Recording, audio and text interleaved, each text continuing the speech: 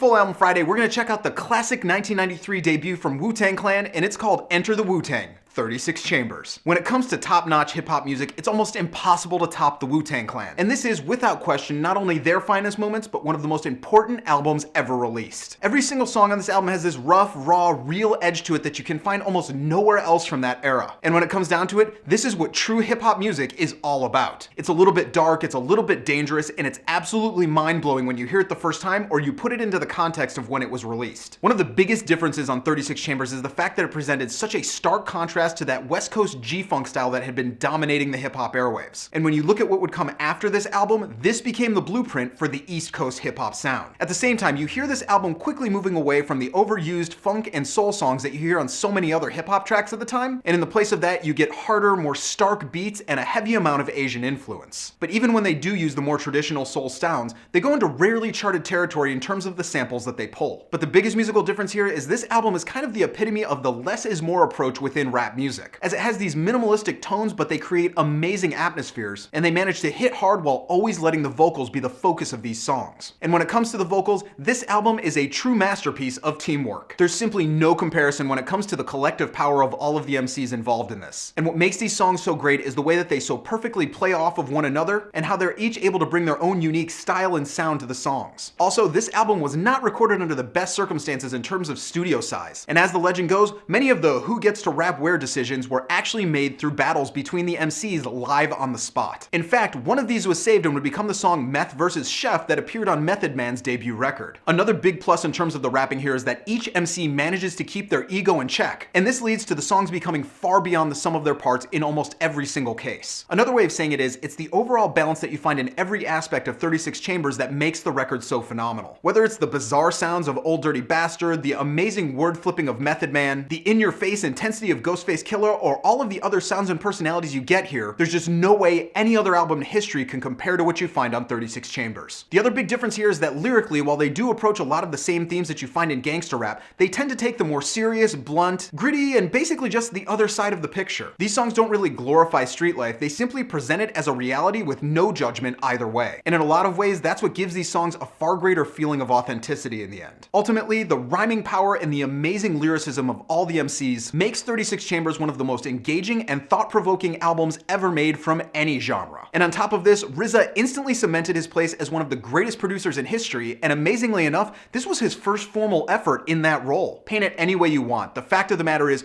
36 Chambers is a true hip-hop masterpiece and an absolute landmark recording in the overall history of music. This is one of those that has to be in every single music collection, and if somehow you don't own it, you need to get on that right away. Thank me later.